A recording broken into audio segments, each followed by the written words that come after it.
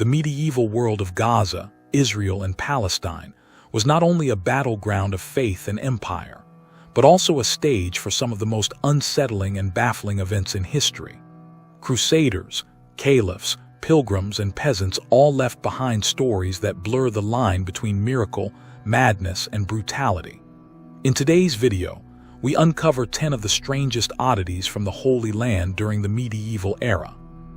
Before we dive in, let me know in the comments where you're watching from and which story shocks you the most.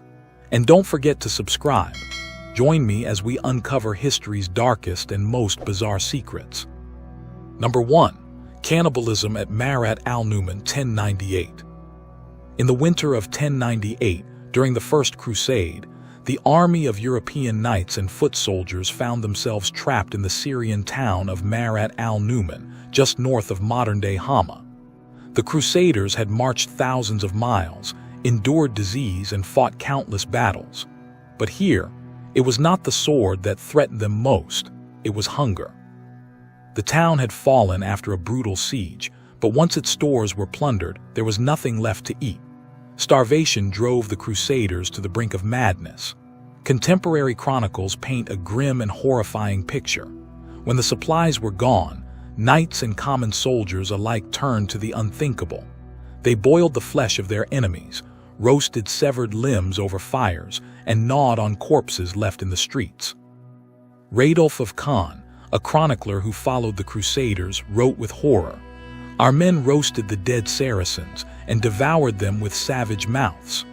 Even among hardened warriors of the age, this act shocked and appalled. News of the atrocity spread like wildfire. In Muslim cities across Syria and Palestine, rumors of the Frankish monsters, who devoured human flesh, filled people with dread. The Crusaders were already feared for their brutality, but cannibalism gave them a reputation not just as invaders, but as inhuman creatures capable of crossing the most sacred boundary of life and death. For the Crusaders themselves, the episode left a stain of shame. Some chroniclers tried to excuse the act as desperation, while others condemned it as a sin that disgraced the holy cause. The leaders never spoke of it openly, but the memory haunted their campaign. The cannibalism at Marat al-Numan remains one of the darkest episodes of the Crusades, proof that starvation can strip away honor, leaving only hunger and horror. From this horror of flesh and famine, we move next to the strange tale of a relic that promised salvation but ended in fire. Number 2. The Holy Lance of Antioch, 1098. In the summer of 1098, the Crusaders were trapped inside the walls of Antioch, a city that had already endured months of siege. Disease stalked the camps, starvation hollowed the ranks, and morale crumbled with every passing day. The Muslim relief army surrounding them numbered in the tens of thousands, and the Crusader cause seemed destined for collapse. It was in this moment of despair that a strange figure emerged, a poor Provençal peasant named Peter Bartholomew, who claimed to receive visions from the saints. Peter announced that Saint Andrew himself had appeared to him, revealing that the Holy Lance, the spear said to have pierced the side of Christ during the crucifixion, was buried beneath the floor of the Church of St. Peter in Antioch. This revelation electrified the starving army. If true, it meant they possessed not only a relic of unimaginable power, but proof that God had not abandoned them. A search began. Soldiers and priests tore at the church floor, digging furiously with picks and shovels. Hours stretched into a full day. At last, Peter himself leapt into the pit and produced a piece of corroded iron. To many, this was nothing less than a miracle. The relic was declared genuine, and the army, once beaten and demoralized, was swept with fervor. Carried before them in battle, the lance transformed the Crusaders' resolve. On June 28, 1098, they marched out of Antioch to meet a vastly superior Muslim force. Against all odds, the Crusaders won a crushing victory. Chroniclers reported it as nothing short of divine intervention. The lance, they believed, had turned the tide of war. But doubts grew quickly. Some leaders whispered that Peter had staged the discovery, planting a piece of scrap metal to deceive desperate men. Skepticism spread until Peter himself declared he would undergo the ultimate test of truth, a trial by ordeal. Before an assembled crowd, he carried the lance through a blazing wall of fire, confident that God would protect him if the relic were real. The outcome was devastating. Peter stumbled, fell, and emerged horribly burned. He died days later, leaving the Crusaders stunned and divided. To some, his martyrdom confirmed the lance's authenticity, proof that a humble peasant had sacrificed himself in the name of God. To others, it exposed a dangerous fraud, a delusion that had nearly consumed them all. The Holy Lance of Antioch remains one of the strangest episodes of the Crusades, a relic that brought both victory and suspicion, faith and betrayal. For a starving army, it had been the difference between triumph and annihilation.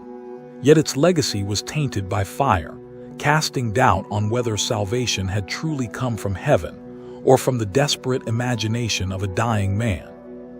From the story of a relic that divided an army, we move to another relic that sparked theft, rivalry, and violence in the streets of Jerusalem. Number 3. The Skull of St. George, Jerusalem, 12th century. By the 12th century, Jerusalem was not only the spiritual heart of 3 great religions, but also the epicenter of one of the strangest markets in all of history, the trade in holy relics. Pilgrims arrived from every corner of Europe, eager to see, and if possible, touch objects said to connect them to the divine.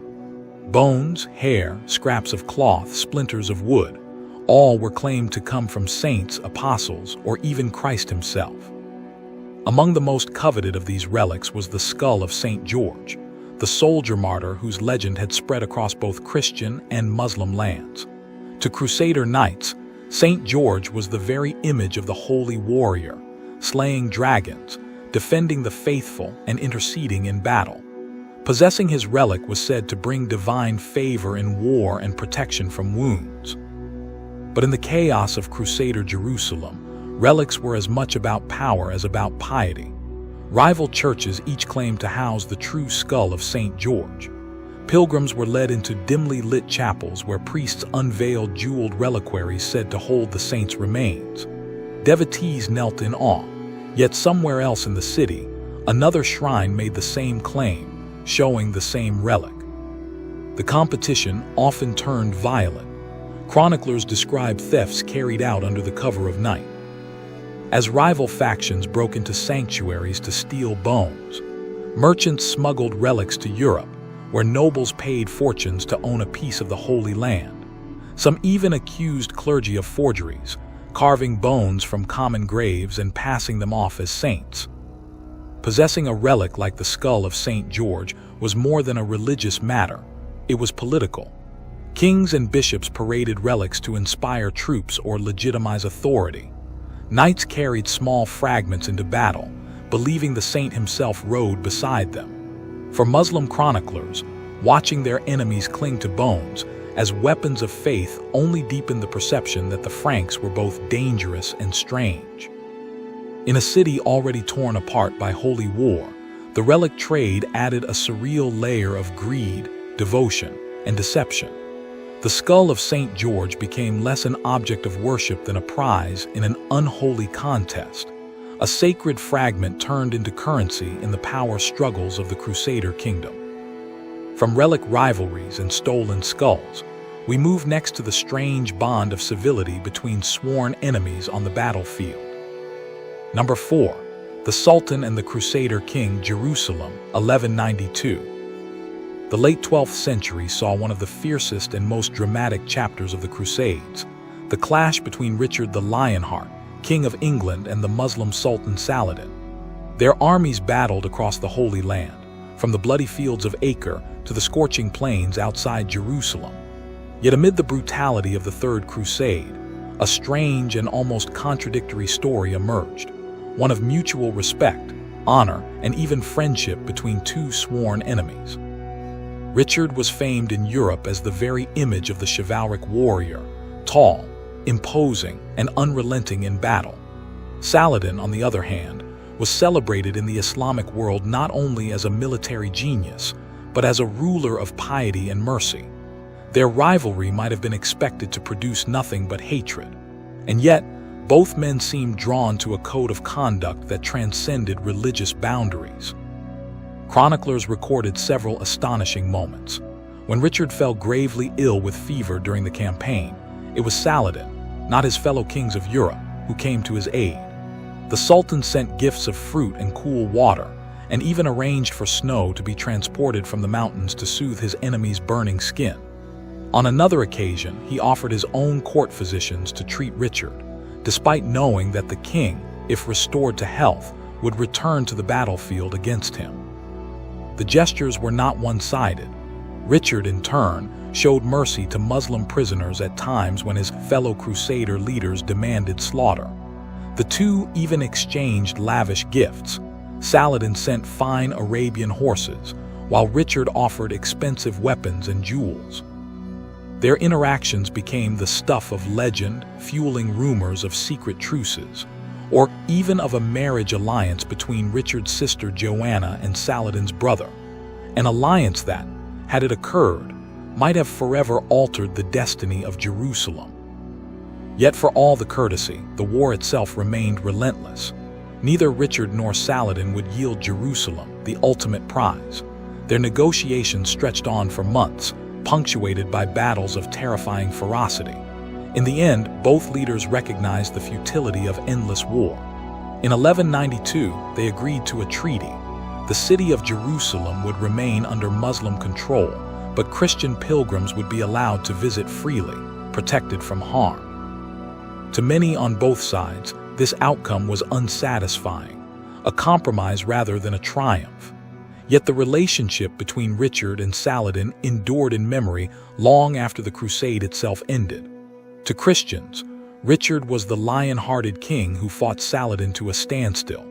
To Muslims, Saladin was the magnanimous ruler who defended Jerusalem with honor. Together, their story created a myth of knightly chivalry and mutual respect, a rare glimmer of humanity in an age otherwise defined by bloodshed and fanaticism.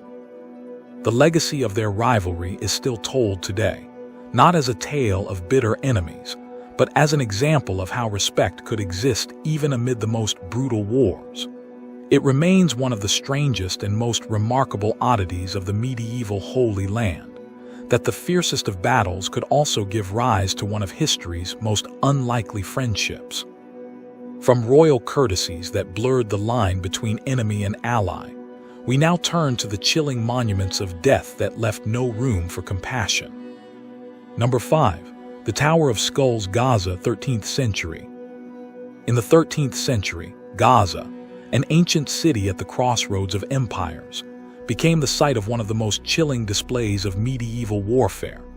After a decisive victory against Crusader forces, the Mamluks, who had risen to power in Egypt, chose not to mark their triumph with banners or feasts, but with a monument of horror. They constructed a tower made entirely of human skulls, stacked and mortared together into a grim warning visible for miles. The practice was not unique to Gaza. Across the region, victorious armies used skull pyramids as a brutal form of psychological warfare. Travelers approaching city gates often saw macabre piles of bleached bone, silent yet eloquent testimony that mercy was not to be expected. In Gaza, the tower rose near one of the city's main roads, ensuring that traders, pilgrims, and ambassadors would all witness the terrifying message. Resistance was useless, and defeat meant not only death but dishonor in death. Eyewitnesses recorded similar spectacles elsewhere in the Holy Land. Chroniclers spoke of skull towers outside Aleppo, Damascus, and even Cairo, grim monuments left standing long after the battles were over, their empty sockets watching generations pass. For the people of Gaza, the sight must have been unforgettable. Mothers shielded their children's eyes, merchants quickened their pace, and soldiers took the warning to heart. The use of skull towers was as much about politics as warfare. For the Mamluks, who were still consolidating power in the 13th century, such ghastly displays sent a clear message not only to Crusaders, but to rival Muslim rulers as well. Gaza belonged to them, and any attempt to challenge their authority would end in a field of corpses. Unlike ordinary battlefields, where bodies were buried or left to rot, the skulls in these towers were deliberately preserved, cleaned, and arranged with grim care. Each one represented not just a life lost but a symbol of domination, a piece of propaganda built from human remains. In a land already scarred by sieges and massacres, the Tower of Skulls in Gaza stood out as a spectacle designed to sear itself into memory. The tower's legacy lasted long beyond the men who built it. For years, travelers whispered of its existence, describing the eerie silence that fell upon caravans passing by, the way sunlight gleamed on bone, and the dreadful realization that this was no myth. It was a monument carved from human suffering. The Tower of Skulls in Gaza remains one of the starkest reminders of the medieval world, a time when architecture itself could be built from death, and when terror was as effective a weapon as the sword. From monuments of death built to terrify, we move next to stones said to weep and bleed, miracles and omens that haunted the faithful in Jerusalem. Number 6. The Bleeding Stones of Jerusalem, Medieval Era.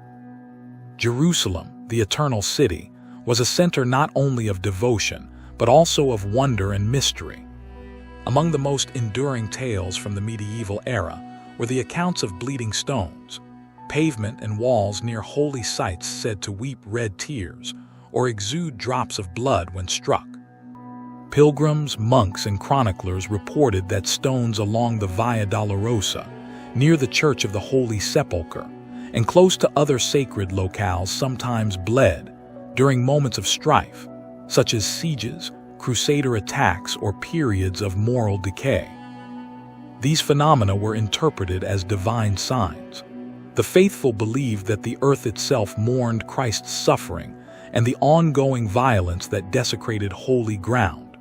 Pilgrims came from as far as France, Germany, and the British Isles to witness these stones, some carrying small fragments home as sacred souvenirs. Many testified that the red liquid was warm to the touch and had the smell of iron, reinforcing the notion that these stones were no ordinary rocks, but miraculous relics infused with spiritual power. At the same time, skeptics and local observers speculated that the blood could be the result of natural mineral deposits, oxidation of iron in the stone, or even deliberate attempts by local priests or artisans to inspire awe and devotion among the pilgrims. Some suggested that the stains were naturally occurring hematite deposits, while others claimed they were created to maintain Jerusalem's status as a place of pilgrimage. Whether natural or supernatural, the bleeding stones became part of the collective imagination of the Holy Land. They reinforced the idea that in Jerusalem, the divine was ever present and could manifest in the most unexpected, even unsettling ways. Pilgrims often recounted these experiences in letters and chronicles, describing profound feelings of reverence, fear, and awe while kneeling before a rock that seemed alive with grief. For centuries, the stones were a reminder that in a city racked by conflict, crusader invasions, Muslim reconquests, and constant local strife, even the earth itself could bear witness to human suffering. The bleeding stones became symbols of both divine judgment and miraculous presence, blurring the lines between faith, wonder, and terror. From bleeding stones that mourned the suffering of Christ and the violence of man, we move on to the War Camels of Saladin, a living, terrifying testament to ingenuity on the battlefield. Number 7. The War Camel of Saladin, 1187. At the Battle of Hattin in 1187, Saladin's forces faced a desperate crusader army that had marched hundreds of miles under blistering summer heat, suffering from thirst, fatigue, and dwindling supplies. What they encountered on the battlefield was unlike anything European knights had ever seen. Massive camels armored in chainmail, trained for war, and bred to instill terror. Eyewitnesses described the chaos. Crusader horses, unaccustomed to the smell and sheer size of the camels, panicked at the sight of the towering beasts. Entire cavalry formations were thrown into disarray as the camels advanced, their thick, padded feet trampling soldiers and flattening the ranks. Mounted archers on the camels rained arrows into the enemy lines, firing from an elevated platform that gave them both reach and deadly accuracy. The noise was deafening. The bellowing of camels, the screams of men and horses, and the clash of steel created a pandemonium that few knights could survive. The psychological impact was as powerful as the physical. Crusaders rode a fear spreading faster than the camels themselves. A single line of armored camels could break the morale of an entire division, turning seasoned fighters into panicked fugitives. The use of camels in battle represented a brilliant combination of ingenuity, local knowledge, and the ability to adapt the environment and animals for military advantage, something the European invaders could scarcely anticipate. Chroniclers also note the discipline required to handle such beasts. While intimidating to enemies, a poorly managed camel could turn on its own troops, trampling the unwary or bolting in terror.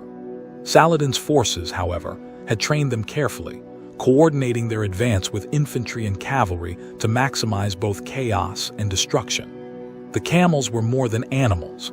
They were instruments of warfare, symbols of ingenuity and strategy in the medieval battlefield of the Holy Land. The legacy of these war camels endured. European knights who survived the encounter told tales of massive, fire-breathing like beasts that defied logic, inspiring both fear and fascination for generations. For the Crusaders, Hattin was a lesson not just in defeat, but in the ingenuity of Middle Eastern warfare, a culture that used both man and beast in terrifying harmony. From such innovative and terrifying weapons of war, we move next to the punishments designed not to kill, but to permanently scar those who betrayed or defied authority. Number 8.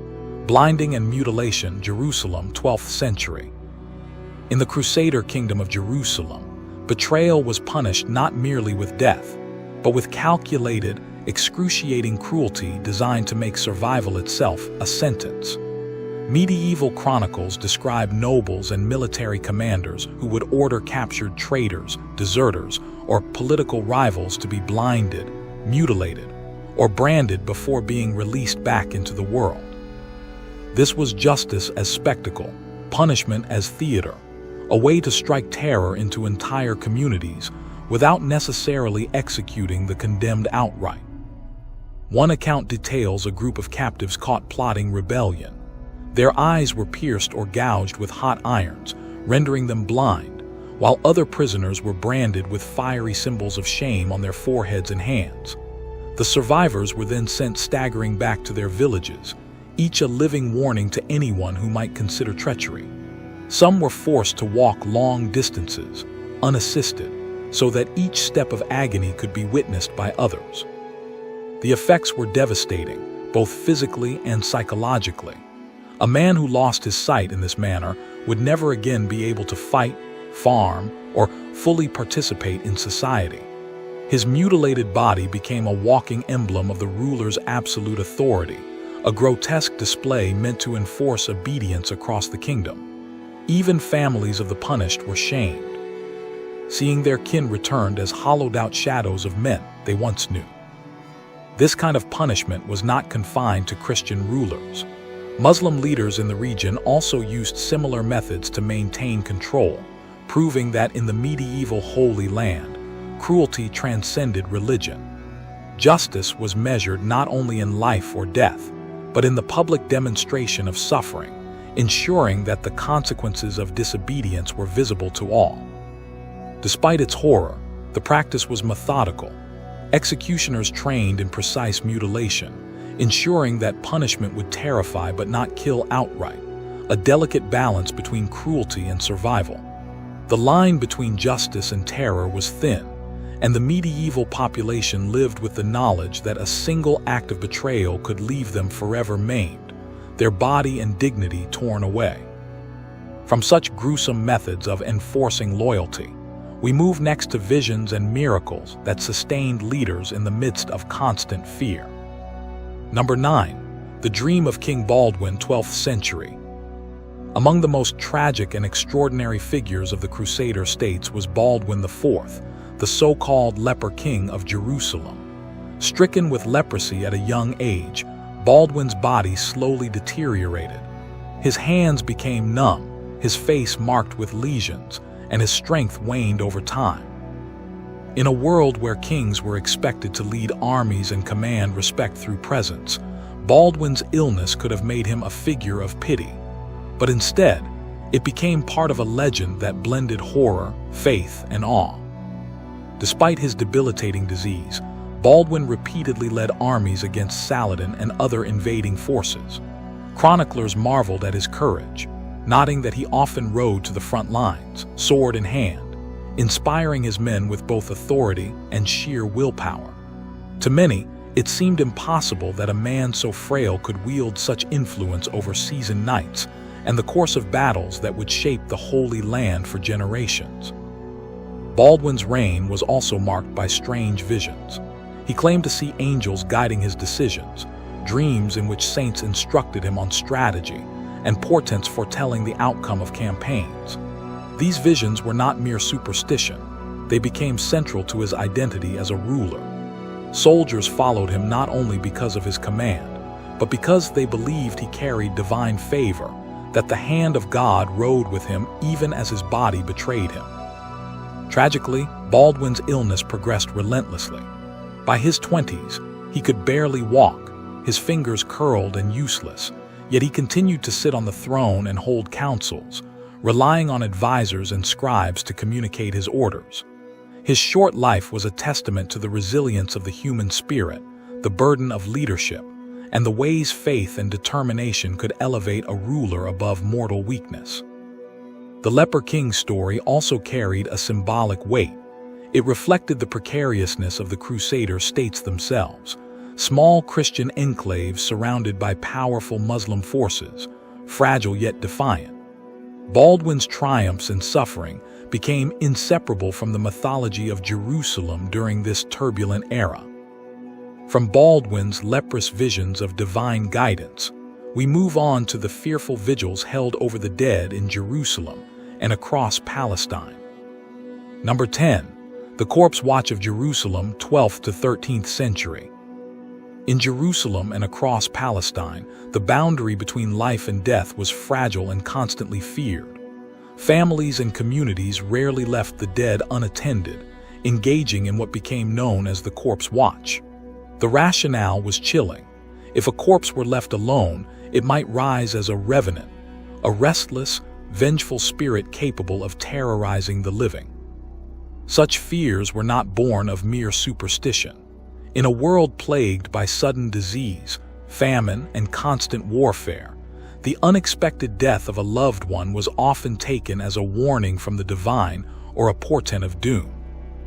Entire households participated in the vigil.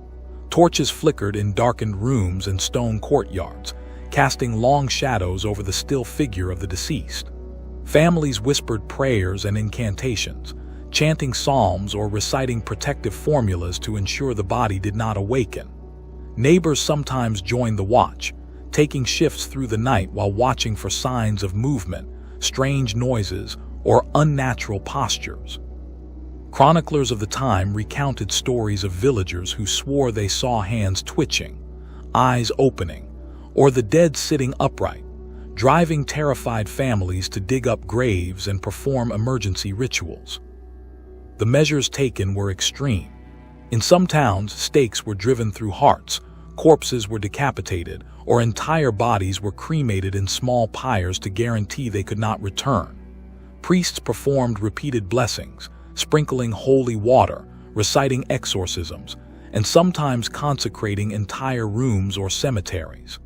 These rituals reflected a society in which death was never final, and the supernatural was a tangible, ever-present threat. The Corpse Watch was particularly intense during outbreaks of plague, when mass deaths overwhelmed traditional burial practices. Fear of contagion combined with fear of the undead, leaving communities on edge as they guarded both the living and the dead. In villages from Jerusalem to Gaza, people developed elaborate systems of rotations and rites, blending faith, superstition, and practical caution into a nightly ritual that could last for days or weeks. The Corpse Watch reveals the medieval obsession with death and the afterlife, a world in which even burial offered no guarantee of peace. It was a time when vigilance over the dead became both a protective act and a reflection of society's deepest anxieties, a haunting intersection of faith, fear, and daily survival.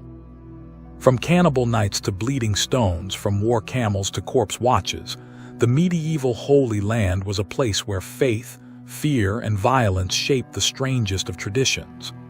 These oddities remind us that in Gaza, Israel, and Palestine, history was not only holy, it was haunting. I invite you to leave in the comments where you're watching from, what time you stumbled upon these bizarre stories, and which one shocked you the most. I also invite you to like and subscribe to join me on this journey to uncover history's strangest and most bizarre oddities. This has been HistoryOMG. Until next time.